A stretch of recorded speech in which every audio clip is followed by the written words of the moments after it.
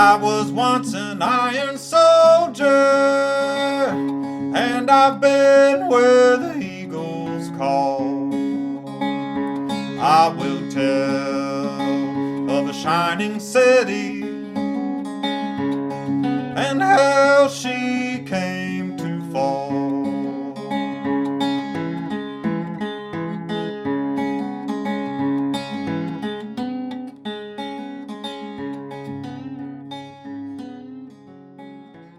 My name is Henry, and I'd like to welcome you to Fortress on a Hill.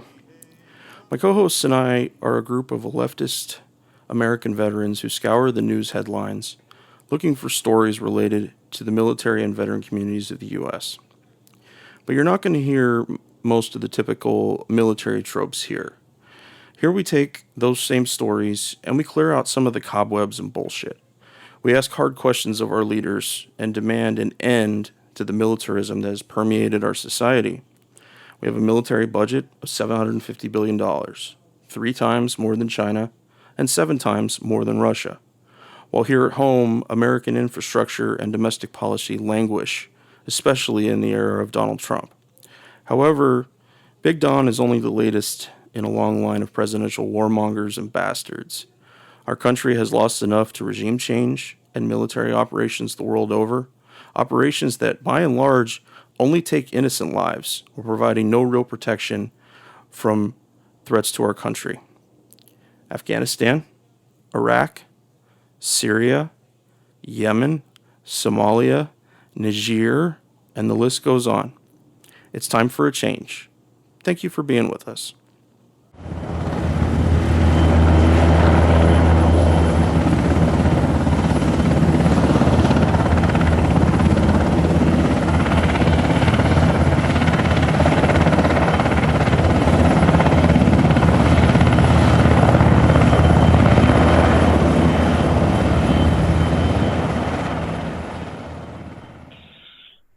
Well, all right, listeners. I wish I could tell you that we have some good news for you today, but we don't. We have 4 really disturbing headlines to go over.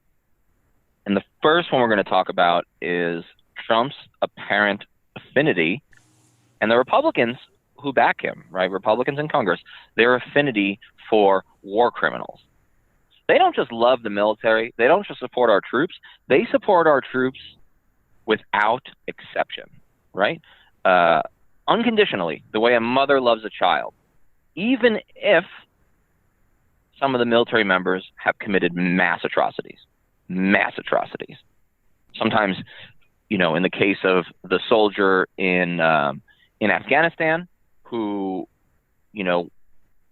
just went door to door in a village killing people, or whether it's this new guy, Navy SEAL named Gallagher, who allegedly shot civilians in Iraq,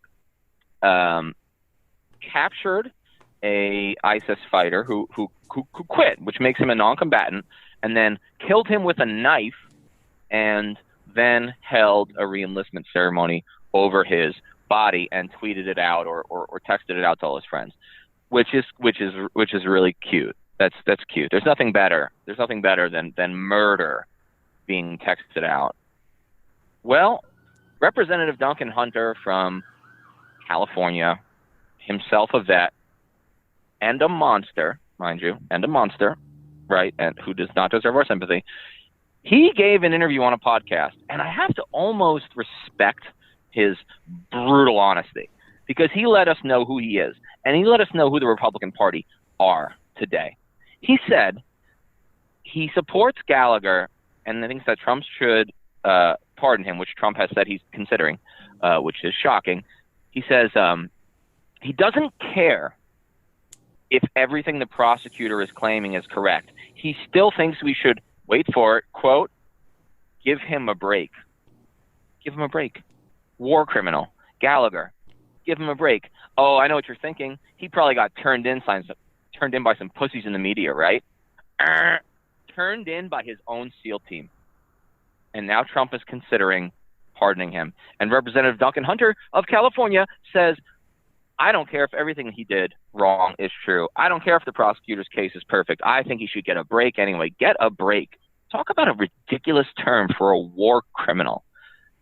So Duncan Hunter also said, quote, I probably killed thousands of civilians, hundreds or thousands, he goes back and forth, while I was an artillery officer in Fallujah. Interesting. He might have. Would it be a war crime if he did so? That's arguable. It would be hard to put it on the artillery officer. It would probably be more of a broader war crime that the United States, wielded against the civilian populace, what was left of it in Fallujah. But the confidence with which he said, I also killed thousands of civilians, I shouldn't, what are you going to hold me accountable next? The answer should have been yes. Tell us more. Tell us more so we can investigate. I mean, to admit, I don't even necessarily think he's correct about what artillery did in Fallujah. We could argue about that. I think most civilians had left. I'm not saying we didn't kill hundreds and maybe thousands, but I think his statement that his personal battery that he commanded killed thousands of civilians is a massive overestimation. But regardless of that, the confidence with which this guy just like admits to potential war crimes and unabashedly defends an accused / known war criminal in Chief Gallagher is staggering. And I'll end with this. Trump is considering pardoning Gallagher. Think about the precedent that would set. There's no longer such a thing as an American war criminal if Trump does this. What he's saying, essentially, is that Americans are above the law. All military members are honorable, regardless of their actions, regardless of their inhumane actions, they will face no consequences. And I will tell you this. You guys can comment on this because this is where I'm going to end. That goes against everything I was taught as a soldier and an officer. I was taught that you ignore illegal and immoral orders. I was taught that there are rules of law, that there are Geneva Conventions, and that what makes America great, and this is what I was taught, what makes America great is that even if our foes don't follow the Geneva Conventions, we do. But I don't think we can say that anymore. What do you guys think?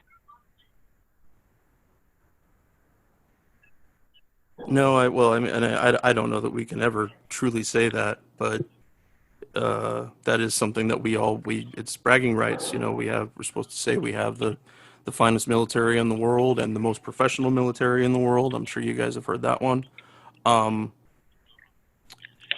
And it's really important to point out here that, like, for Gallagher's situation, Gallagher's a Navy SEAL. I at one point I considered enlisting to become a Navy SEAL, and I remember hearing a lot in those pamphlets and briefings and such about how professional they were, how that they would never take an innocent life, ad nauseum. So why is this acceptable to the non-Trump Republicans? Why are they finding it okay for him to go that far with this? Is it just that they're that terrified of Trump? I think you're raising an important question, and I just want to make 2 points about it. Number one, I think the Republicans have staked their legitimacy on being pro-military. And they have such a blind view of what pro-military is that they'll back anything an American soldier does, including fucking war crimes, right? Yeah. The second thing is this. Listen, I wrote some interesting and controversial things about John McCain when he died. And in retrospect, I was probably too easy on him out of a sense of sentimentality, because John McCain was an extraordinarily flawed right-wing Republican in the aggregate. But here's what I think. The Republicans will miss him now, because I really believe, and I hope I'm right, that McCain would not have put up with this shit. And the reason I say that is because when all the Republicans supported torture during the George W. Bush administration, it was McCain who said, no, torture's bad. I was tortured. We shouldn't do it. And I wish there was a voice in the Republican Party, because I don't see one.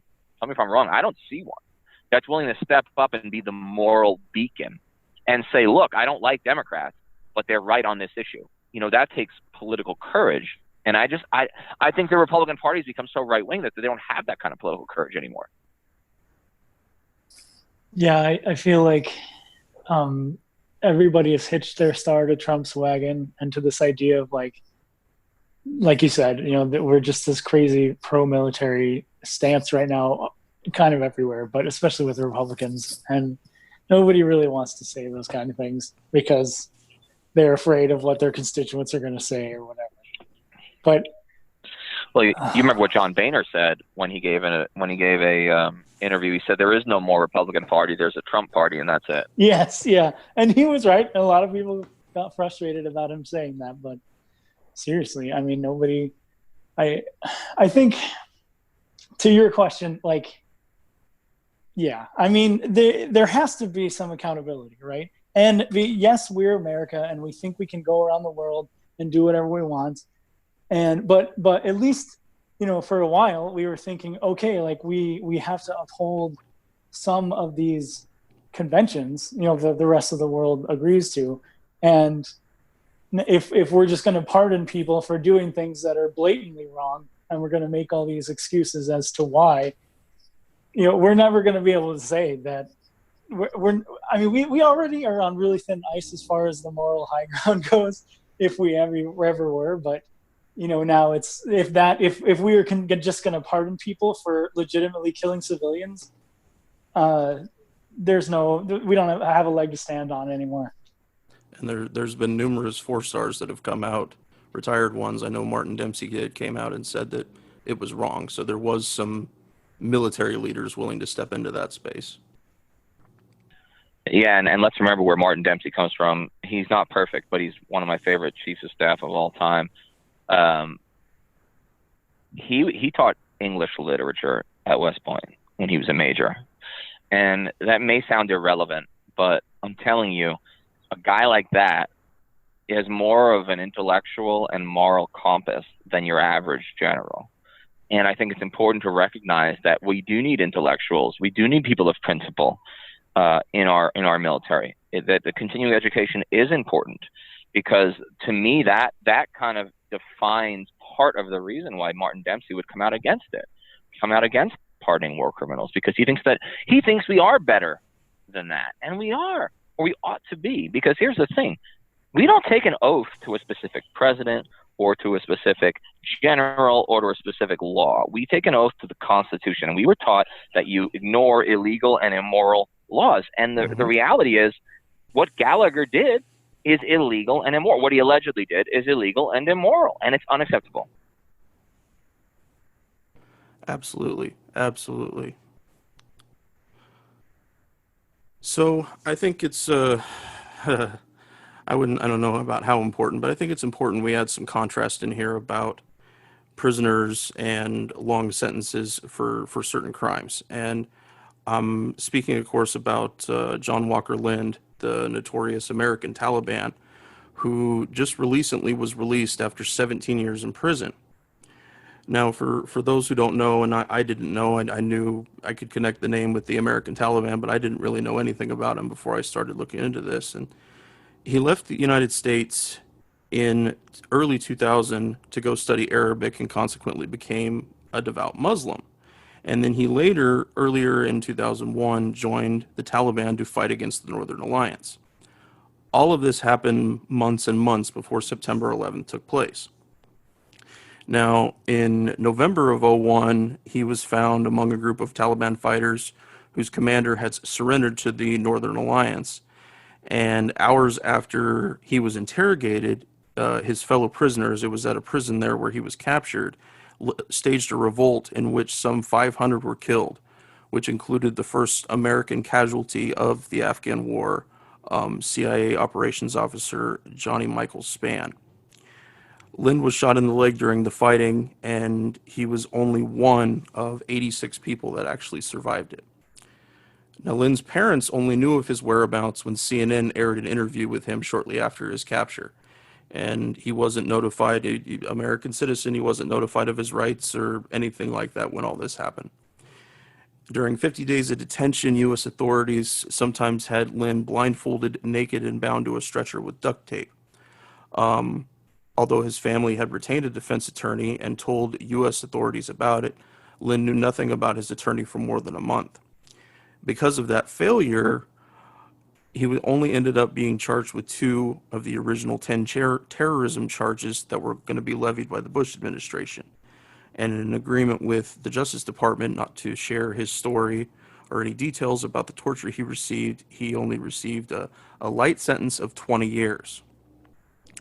Now, Lynn's father wanted to portray his son as a spiritual, well-intentioned young man who was entirely unjustly labeled as a terrorist.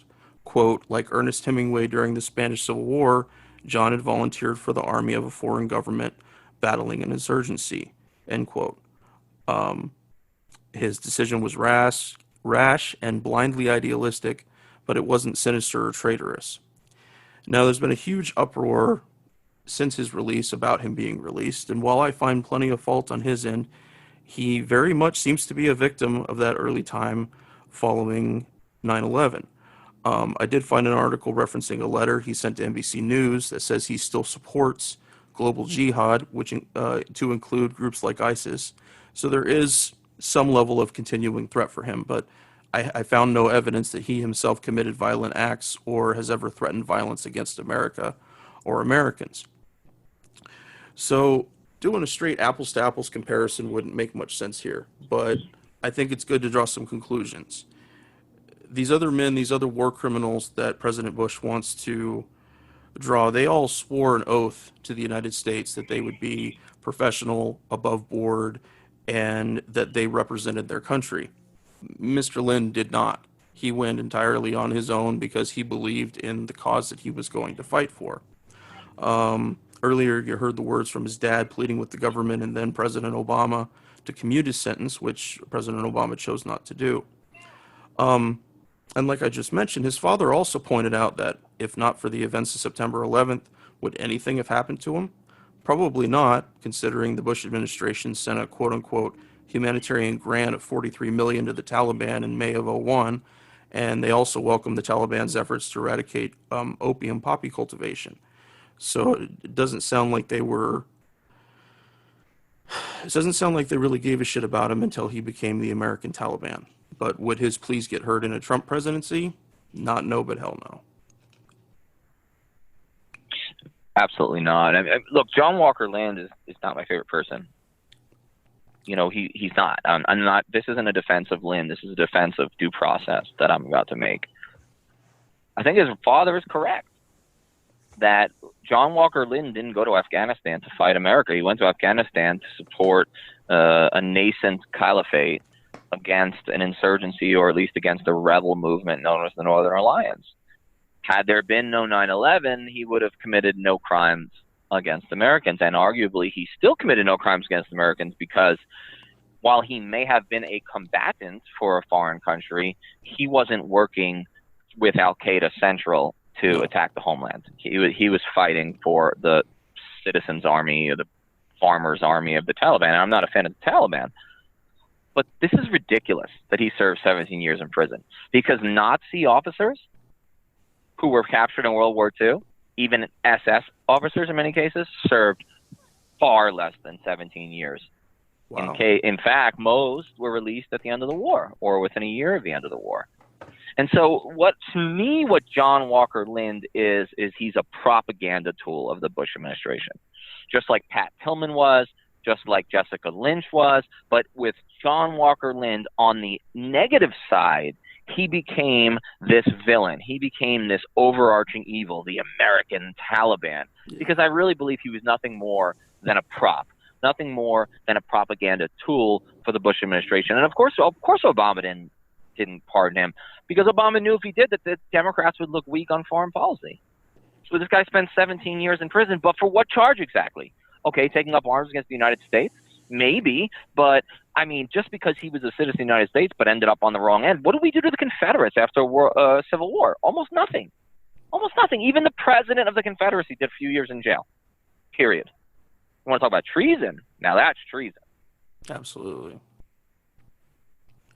No, it doesn't. It makes no sense. And I thought the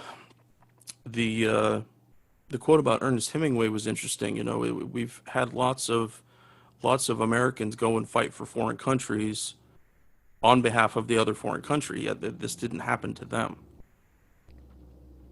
No, and you think about all the kids that went and fought against ISIS, like with the Peshmerga.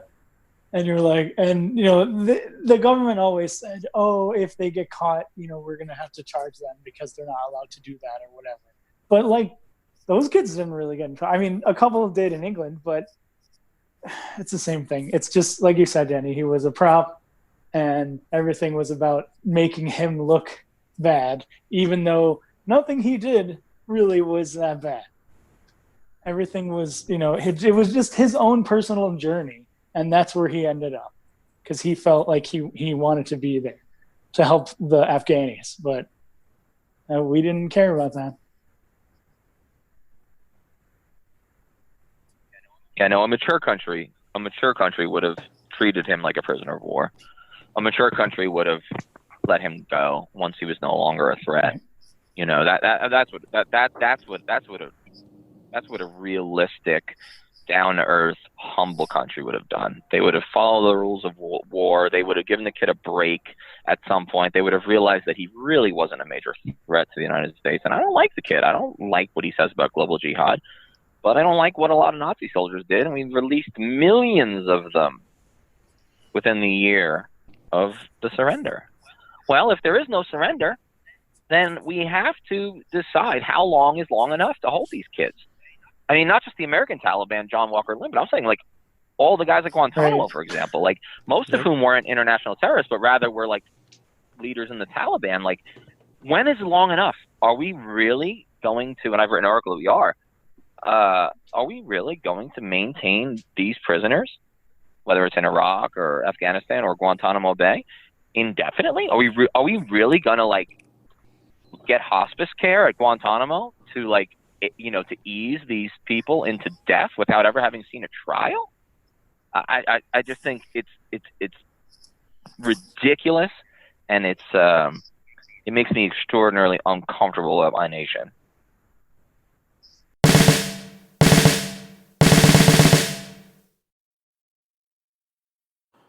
The guys and I love doing the podcast. Being able to share our experiences in the military with allies and supporters means the world to us. But we can't do all the work. We need you to share an episode of ours with someone, anyone who you think might be affected by it.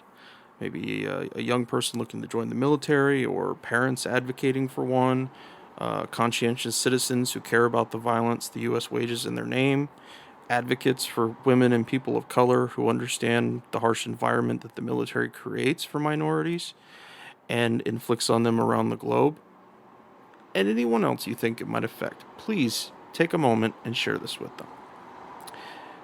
Now, our podcast is supported in a few different ways. First, there's Patreon, where we're very blessed to have an array of wonderful supporters, helping the guys and I pay for some of the podcast expenses. Those who contribute $10 a month or more will be mentioned here as an honorary producer, helping keep you, our listeners, stocked with new episodes. But you don't have to contribute $10 a month to help us.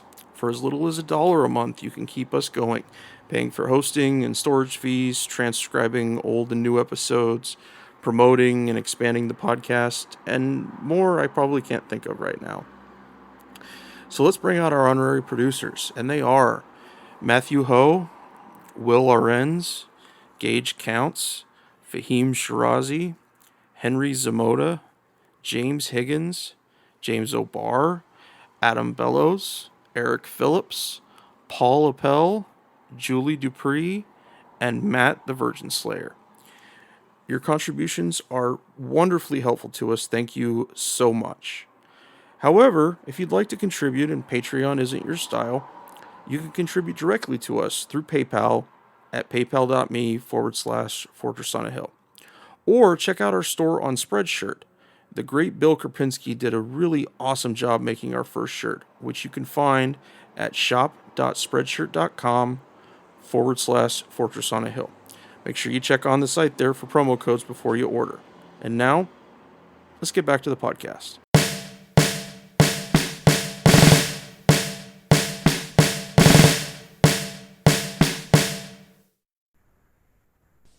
Well, so we have this guy, Daniel Hale, who he's a former Air Force intel analyst.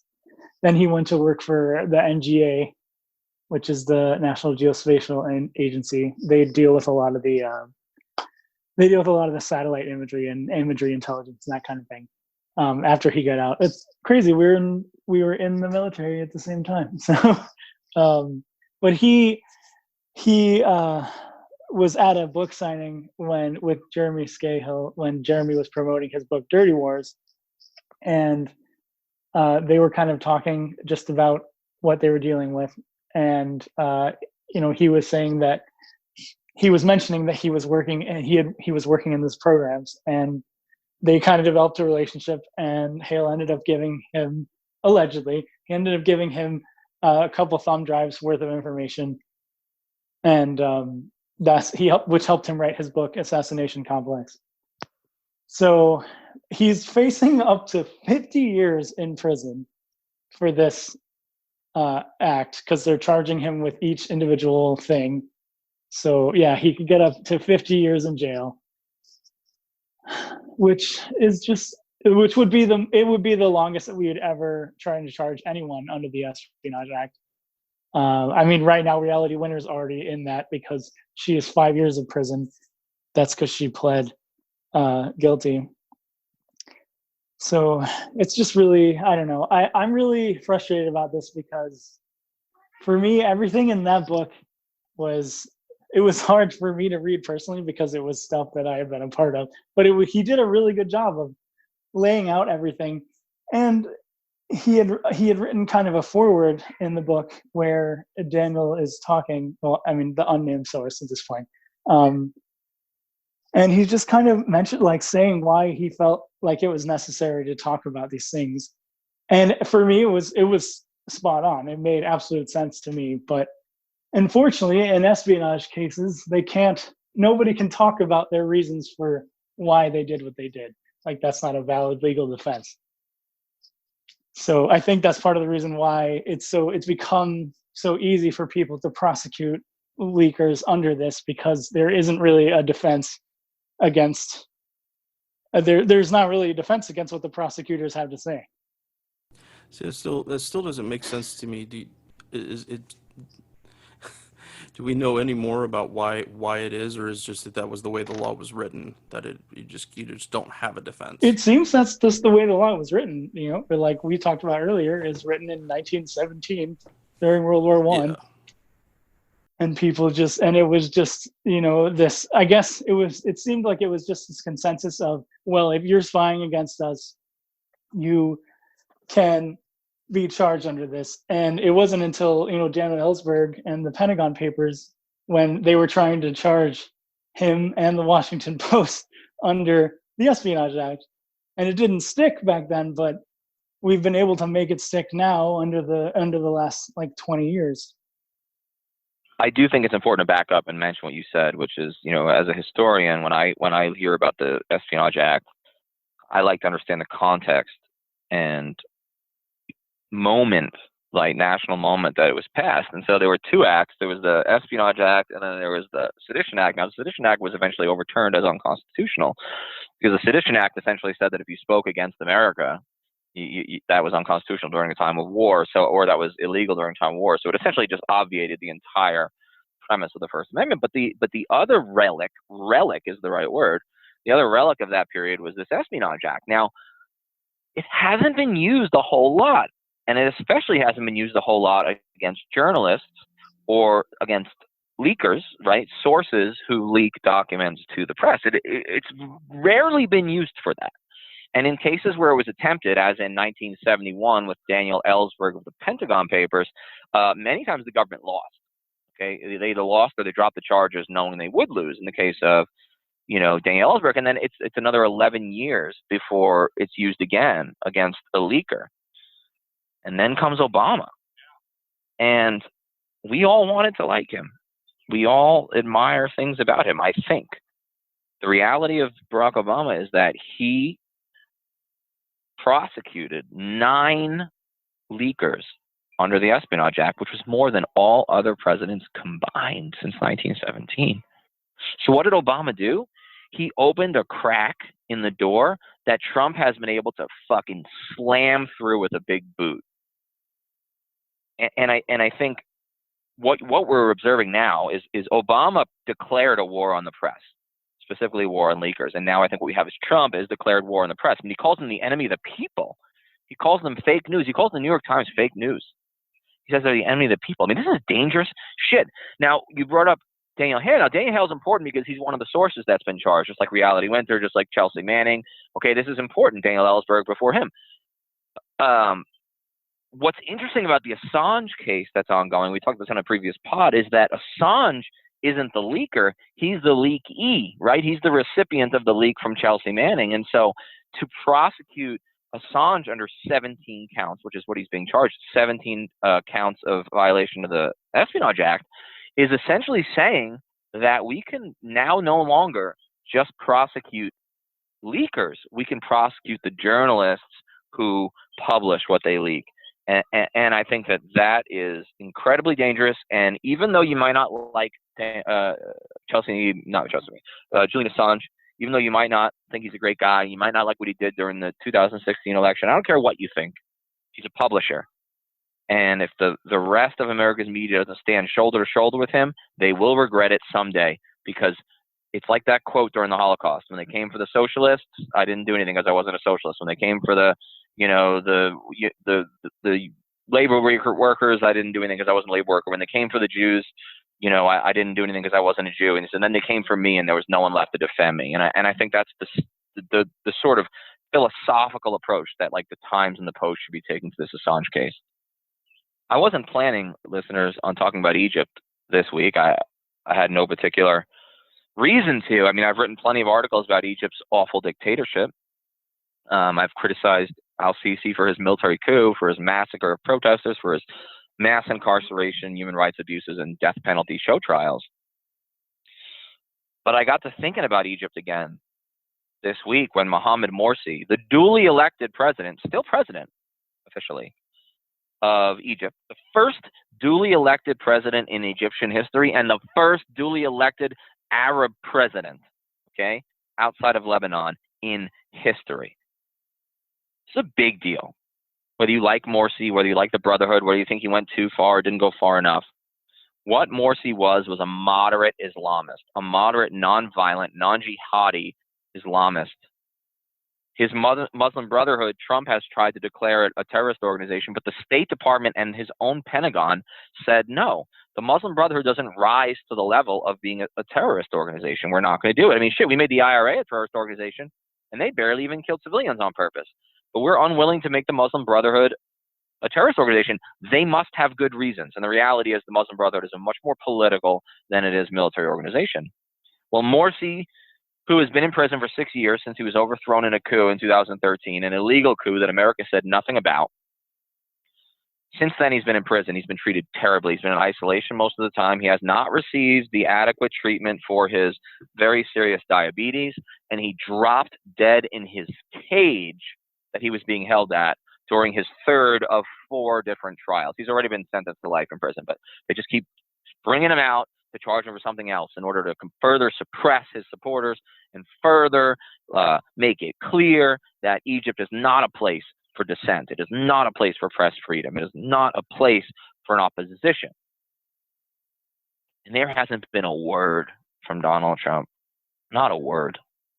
No one said, hey, maybe we shouldn't support and sell the second most arms, right, of any direct grant of military aid to Egypt. Maybe we shouldn't say he's doing a, quote, tremendous job and that he's a great president. Don't you love President Donald hyperbole Trump? I mean, that's all he does. But he says, Morsi's doing a fantastic job. He's a great president. Well, Morsi just made himself dictator for life, okay? He essentially changed the Constitution through like a 98% fucking fake vote that says he can be president until 2030, which is basically forever, okay? Al-Sisi, I should say. Trump doesn't say a word. In fact, when Xi Jinping of China did the same thing, he said, and it was recorded at like a campaign or a rally of his base. He said, Xi Jinping just made himself president for life. I think that's great. He's doing a great job. Maybe we should do that in our country. Maybe we should consider doing it in our countries. And he's joking, but he's not joking. That's a trial balloon. You understand? It's an intellectual trial balloon that he's throwing out there just to make it so we're used to hearing crazy. Just to lower our threshold of crazy or raise it, I should say, so it doesn't seem so weird when he does it next time.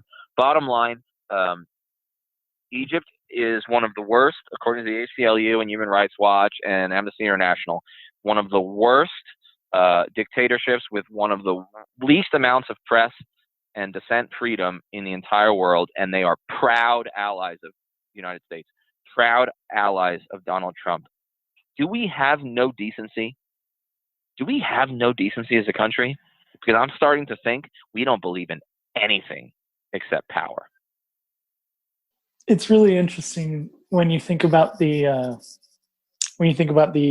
revolution back in 2011, and we were looking at that as in America as such a big thing. Like that was one of the biggest things to come out of the Arab Spring was this big Egyptian revolution, and all the people in Cairo and everyone, they were just like, oh, this is going to be great.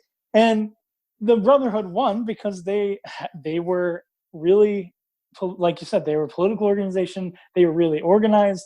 They knew how to get the vote out and do all these things when a lot of the other groups were kind of starting from scratch.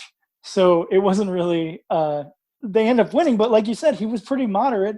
And then the military was like, well, fuck you. There's no way we're going to let you do that, because the military has so much power in Egypt. And it's interesting because a lot of people don't like realize the Egyptian military, it's not like the American military. The Egyptian military owns a lot of things, and they own a lot of land in Egypt. And so they have a vested interest in maintaining a control there. So it was so easy for them to make up some bullshit when the protests happened and pin it all on Morsi and say, oh, look at how bad this government is. We need to take it over.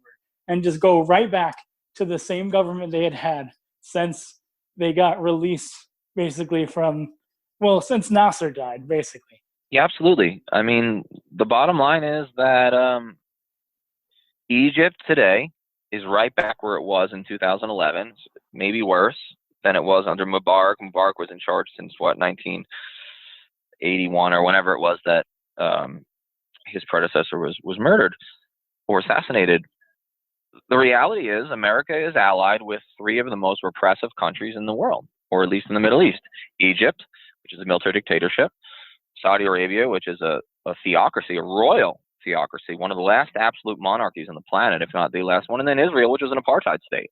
Now, some people get upset when I put Israel in that group, but I mean, I think in terms of the oppression of the Palestinians, they do belong in the conversation. But the reality is Egypt, for all the hope and all the dreams and all the Twitter and Facebook revolutions we heard about, in the end, the Egyptian revolution fizzled out into a new military dictatorship, and America did almost nothing about it. Obama at least said a few things, like towards the end, like that he thought Sisi was, was a bad guy, and maybe he was going to cut some of the military aid. But even he took a very relatively light stand on it. And now the thing is, you've got a president today who he really likes authoritarians, whether it's Xi Jinping, whether it's Vladimir Putin, whether it's Bolsonaro, the fucking lunatic in Brazil, or whether it's, Kim Jong-un, or in this case, al-Sisi.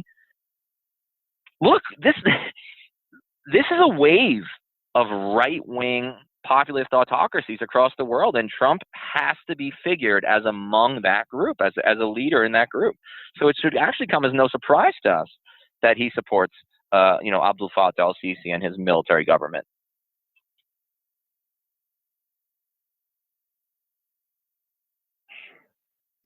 Well, what really concerns me for the future, like for the next president or the next Republican candidates, is, the bar has been lowered so much for what they're allowed to do, what they're allowed to say, and who they're allowed to support.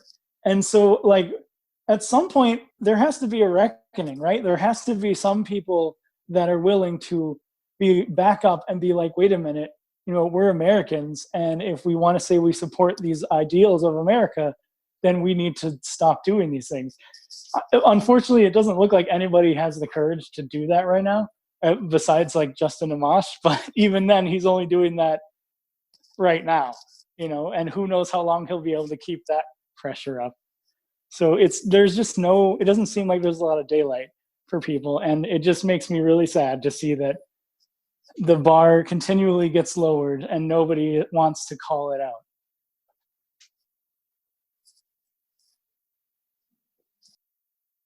Last thing for me on this is kind of on your point, Keegan. I mean, I'm not a proponent of like George W. Bush era democracy promotion at the point of a bayonet. I think it's a bad idea. I think it doesn't work. I think it's often counterproductive and has a lot of backlash.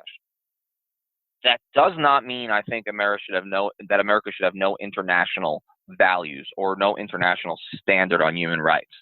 I think that a truly strategic and prudent foreign policy finds a middle ground between realistic restraint, in other words, not trying to do too much, not trying to create democracies in our own image, but also some grounding in human rights, where we're willing to say, where we feel obliged to say, that no, we do not approve. We do not approve of genocide in Cambodia. We do not approve of Darfur. We do not approve of, you name the Bosnian human ethnic cleansing. I think that it's reasonable to expect that the United States shouldn't be all one or all the other. It can be both. And I think a truly prudent foreign policy, again, would be grounded in restraint, but would also say, look, the United States does choose on its own to associate with, buy weapons, or send aid to countries that have reasonable human rights records. If we want to have a good reputation on the Arab street or just the global street, we better start giving a shit about our own purported values, and we better start doing it fast, because we're creating terrorists fast so we can kill them. We're on Twitter at Fortress on a Hill, and also at Facebook.com at Fortress on a Hill. You can find our main blog page and our full collection of episodes at www.fortressonahill.com. iTunes, Stitcher, Google Podcasts, Patreon, Spotify. You name it, almost anywhere you listen, we're already waiting for you. And hey, we're always in the market for more Patreon supporters. Please consider becoming a patron at patreon.com. And if you're not into giving us a monthly payment, think about giving us a couple bucks on PayPal. The link is in the show notes. Skepticism is one's best armor. Never forget it. We'll see you next time. People, and listen to my song. I hope you'll pay attention.